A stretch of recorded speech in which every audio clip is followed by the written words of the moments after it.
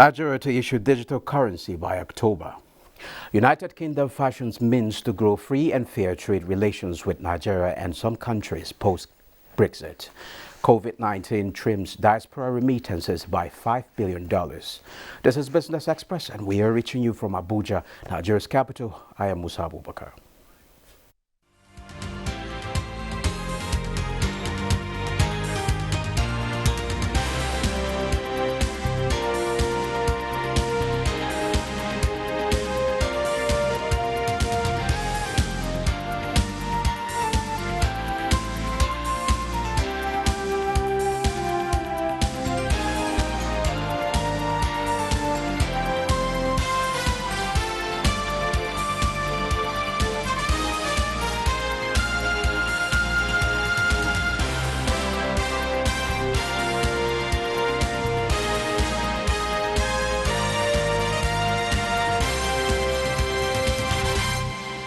Now let's begin by telling you that the federal government has reaffirmed its irrevocable commitment to the implementation of the principles, objectives and standards of the Extractive Industries Transparency Initiative (IT) in Nigeria's oil, gas and mining sectors. President Muhammadu Buhari reaffirmed Nigeria's commitment to the EITI during his inauguration of the newly constituted 15-member National Stakeholders Working Group, also known as the governing body of the Nigeria Extractive Industries Transparency Initiative in Abuja. Represented by the Secretary to the Government of the Federation, Mr. Boss Mustafa, President Buhari explained that the appointment and inauguration of the NIT board is another practical demonstration of his administration's commitment to transparency and accountability in the management of Nigeria's economic resources, especially given the mandate and objective of the Nigeria Extractive Industries Transparency Initiative. Is to ensure effective IT implementation in Nigeria by providing policy and strategic direction, guidance, monitoring, and oversight of IT process in Nigeria. The federal government has said that the COVID-19 pandemic has wiped off 20% from the $25 billion annual diaspora remittances to Nigeria, noting that various targeted programs were being implemented to shore up the deficit. This closing this at a press briefing in Abuja to announce the 2021 Diaspora Day celebration scheduled for July 25th. The chairman, Nigerians in Diaspora Commission, Advocate Dabiri Erewa, said the home remittances were over 83% of the national budget and 6.1% of the gross domestic product. The World Bank had said remittances by Nigerians in the diaspora declined by 27.7% in 2020. Dabiri Erewa explained that the remittances reserve as economic buffers and safety nets to families for school fees, feeding, hospital bills, and many other social support systems. Is also becoming an investment factor. So apart from remittances, we have the Diaspora Investment Summit where they do come home to see where they can invest. And so far we have a lot of them investing particularly in the healthcare industry, the food business, agriculture, ICT, and education. According to her, 30% of the remittances are channeled into investments, including real estate, commercial business, and others. Now, the United Kingdom government has launched a consultation on new trading rules that will help countries like Nigeria grow its trade and build back better. Statement by Press and Public Affairs Officer of British Deputy High Commission, Ndidi Amaka Eze, explained that the UK Developing Countries Trading Scheme is a major opportunity to grow free and fair trade with developing countries. The proposed scheme will apply to 70 qualifying countries, including Nigeria, as well as include improvements such as lower tariffs and simpler rules of origin requirements for countries exporting to UK. This is said will allow countries to diversify their exports and grow their economies. And now on the program today, we shall be looking at fertilizer, and I'm being joined by Gideon Negedu. He is the Executive Secretary, Fertilizer Producers Association of Nigeria, PEPSON, and member Presidential Fertilizer Initiative. Now, Nigeria is moving towards becoming the world's largest producer of fertilizer. How possible is that? Thank you very much. Nigeria has moved as a major producer or a hub for fertilizer production across the world today. And that is made possible by the investments of the Dangote Group in Lagos with the 3 million ton per annum capacity for producing urea fertilizers. In addition to the other investments or earlier investments in the urea space by the Indorama Group for about 2.8 million tons, as well as the Notori Group for about 600,000 tons. That aggregates our capacity as a country to about 6.5 million tons per annum. What happened to Nigeria-Morocco agreement? Okay, thank you very much. The Fertilizer Producers and Suppliers Association of Nigeria is particularly excited to update what we've been doing as a private sector group working with the Presidential Fertilizer Initiative. You recall that in 2016, His Excellency President Muhammadu Buhari, the President Commander-in-Chief of the Federal Republic of Nigeria, entered into a bilateral agreement with the Kingdom of Morocco and had the king come here. That began the journey for what is called the Presidential Fertilizer Initiative. We started off with about 8 blending plants. Most of these plants were not functional and were not able to stand on their own.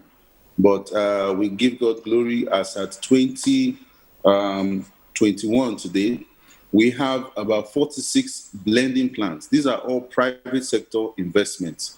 Also, in the last 4 years, the federal government has supported these blending plants by providing the raw materials that they would use. Now, given the fact that these plants are strong enough to stand on their own, they've been able to, on their own, raise money, and government has assisted to bring these materials through the Nigerian Sovereign Investment Authority for them to buy raw materials that will be used in blending fertilizers in Nigeria. A very remarkable feat and something that as an association and a private sector group, we are very, very excited about. But we thank God for that, and we want to commend highly the president and his team for all the effort that has been placed in ensuring that the fertilizer industry is in a place where we can hold our own amongst the community of nations. And also our farmers are better off for it because now they have the opportunity to choose the kind of fertilizers that they will require. They are not confined to fertilizers that are not necessarily tailored for their crops or for their particular agroecology. So it's a very exciting time for us, and it can only get better. Now, there's a target of 1 million tons for this rainy season. Are we meeting that? Yes, I can conveniently tell you that we are.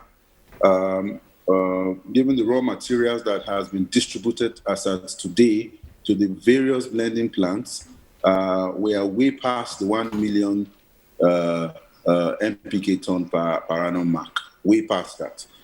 So we have enough materials that have been not only brought into the country, but has been taken up by these fertilizer plants that I've spoken to you about. And this has been ongoing since December 2020. So ongoing, the plants have been taking these products.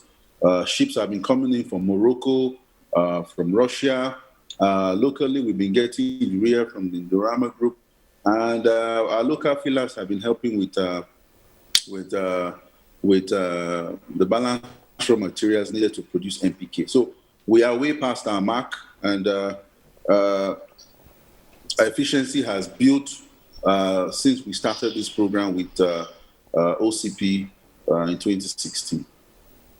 Okay, there is fertilizer everywhere, but prices are up against the earlier agreement of 5,500 naira. Why is that? Uh, well, we are all part of the general ecosystem. We cannot divorce ourselves from some of the challenges inherent. But what the presidential initiative has focused on is to grow production capacity. On the other hand, the federal government has targeted upwards of 5 million farmers, 5 million farmers that it is supporting to be able to access fertilizers. I think as at last week, the first batch of farmers had started receiving their support specifically to buy fertilizers. Government has focused the initiative or the industry to just produce, and so we have to face all the inherent costs or charges that come with production, from the ports, from buying the materials to the ports, to logistics, to all the factors that come to play in production. But government has also cushioned that with a, a support to farmers that goes directly into their account, specifically for fertilizers. Apart from that, you do recall that there is a central bank anchor borrowers program that is supporting farmers with soft loans. Apart from the anchor borrowers program, you have targeted prime anchor programs that gives very, very reduced interest to farmers. The goal is to be able to grow the industry so that farmers on their own can buy. And if you look at the approach this year, the farmers are not being given the product, they are giving support to be able to go and buy so that the production, those that are involved in production just face their business of production. And it has been fantastic. Okay, the government, the federal government has stopped buying, selling, and distribution of fertilizer. Somehow it's left with the private sector. What's your view on that? It's fantastic. It's the private sector has also taken the gauntlet and has been running with it. Like we just discussed, these moves by government has created the environment that has incentivized the private sector to invest. Today, you see the Dangote Group invested billions of dollars, as well as the Indorama Group, Notori.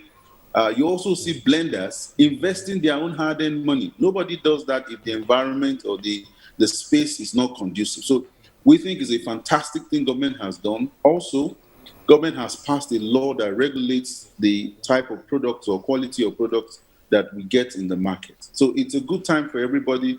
We all need to just put hands together to ensure that farmers farmers are able to access the product as San Antonio. And there's this law that is prescribing 7 years jail time for those engaged in producing, buying and selling and distributing fake and substandard fertilizer. Are you comfortable with the law? We are very comfortable with the law because we played a very strong role in birthing that law. That law regulates the space and protects every genuine businessman, and more importantly, protects the farmer from scrupulous production or products that are in the market. So it is a fantastic law. We are proud of it. We will continue to support government to implement that law as passed. It is a law that, if you like, is a community law. We all came together to ensure that we have a law like that regulates the industry and protect those who want to do the right thing.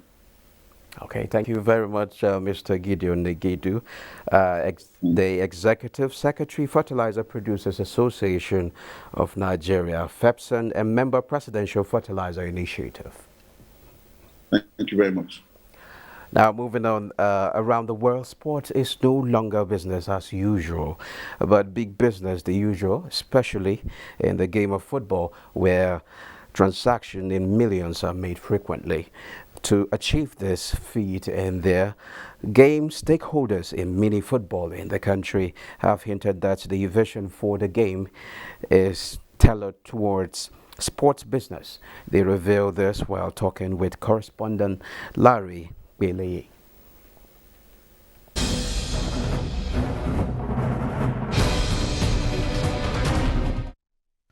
It is now being called sports industry. That implies that sports is no longer for entertainment, exercise, or recreational purpose only, but a platform where deals are made and investment in money running into millions are carried out. There was a time in the 70s and 80s when sport is being played for sport's sake. Not anymore. We now have the economics of sport, a money spinner for stakeholders. For a new sports program like the mini football, the business side of it must be quickly looked into for it to become gainful for stakeholders. Mini football has to be lucrative for footballers, managers, agents, club owners to pursue a career in it. What must be done to ensure that a new sport like mini football does just that? You have to tailor all your infrastructures around the sporting business, around the entertainment. You have to find a way to put the two together. Mini football can be made a brand, and a company can buy into it when they improve in the packages and the organization. It's very, very important, to be organized. A lot of things has to come into place. Stakeholders in mini football agreed. We have to put some things in places, like the facilities, then even the players themselves. Then do we have that brand? We are going to study a lot of leagues over the world that have stayed over the years, especially the EPL. You could agree with me that EPL is being run as a private entity. Government creating an environment, policy and programs for sport business to thrive, and the need to first make mini football a brand that attracts a lot of football fans, which will invariably beckons to investors. From the Sport Desk, Larry Bilayi. Our data from the National Bureau of Statistics show a rise in food prices in the month of June against the previous and corresponding months. The selected food price watch indicates that the average price of 1 kg of tomato increased by year-on-year by 13.92% and month-on-month by 10.53% to 337 naira 46 kobo in June 2021 from 303 naira 51 kobo in May 2021. Rice, on the other hand, sold at an average price of 557 naira 98 kobo for 1 kg, indicating a year-on-year of 16.31% and month-on-month rise of 2.55% in June 2021 from May 2021. With that, we move straight to the commodities market.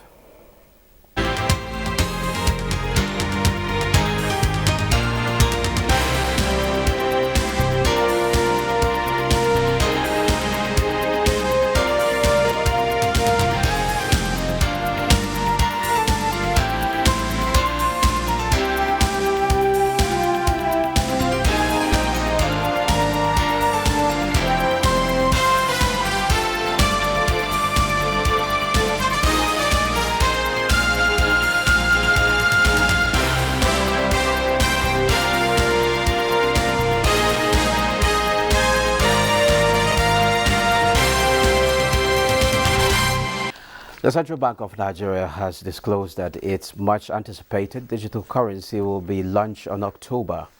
CBN Director, IT Department, Ms. Rekia Mohammed, who revealed this during a private webinar, explained that the banking sector regulator had been conducting research towards the launch of digital currency since 2017, while highlighting benefits of the digital currency. She said it will enhance macroeconomic management, boost economic growth, facilitate cross-border trade, boost financial inclusion and monetary policy effectiveness. Mohammed said the digital payment instrument will further improve payment efficiency, revenue tax collection, remittance improvements, and target social intervention.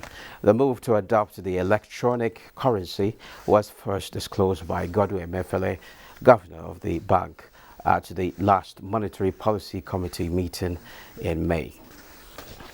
Now let's see how the Naira is faring alongside other major currencies.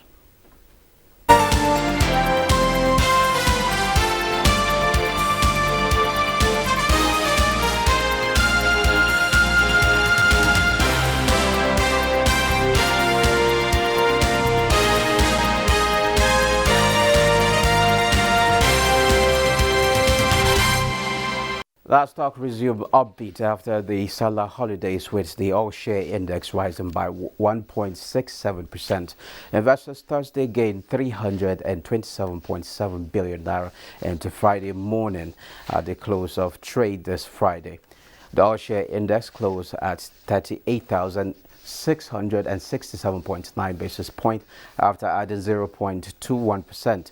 230 million shares worth 2.3 billion naira were traded in 4,135 deals. Equity capitalization closed the day at 20 trillion naira. Well, Bossade is here with the global market update.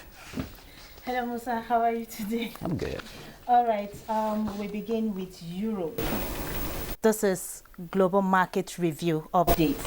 Business activity in Europe is reportedly growing at its fastest pace in more than 2 decades as an easing of social restrictions and expansion of vaccination program contained demand. UK retail sales grew 0.5% in June after a surplus pullback in May, according to official figures published on Friday. This, however, boosted investor sentiment as stocks in Europe advanced on Friday trading and stockholders digested a deal of economic data from across the continent, along with a fresh round of corporate earnings. DAX is seen rising 0.81%, FTSE 0.8% at 7,024.02, and CAC 40 also topped 0.91% to close 6,540.81. Shares in Asia Pacific were mixed on Friday as investors monitor Chinese tech stocks in Hong Kong after regulatory concerns resurfaced. Hong Kong Hang Seng Index fell 1.45% to close 27,321.98. Shanghai Composite also dipped 0.68% at 3,550.4, while the Nikkei appreciated 0.58% to close 27,548. Stock futures in the United States rose Friday as major averages tried to pull their 4th straight day of gains, overcoming concerns about economic growth earlier in the week. Futures on the Dow Jones Industrial Average tops 0.07%, S&P 500 0.2%, and Nasdaq Composite also appreciated 0.36%. It's a positive comeback for some African stocks after the Eid Kabir holidays, as major stock posted on positive territory. South Africa's JSE Africa Top 40 and Nairobi's all-share, Namibia's overall index posted gains. Ghana's GSE Composite is still maintaining previous figures, while Tunisia's Tunidex dipped 0.22% at 7,668.87. That's the global market review segment, Musa. So, how do you see the figures for today? Well, no. Market is actually performing. Yeah, it's picking up, actually. Yeah. Right. Well, that wraps this edition of Business Express. Remember to keep in touch with us. Do send in your comments, observations, and suggestions. Also be informed that all previous episodes are available on YouTube on the NTH channel. Business Express returns Monday at 3 p.m. Be safe out there. I am Musa Abubakar.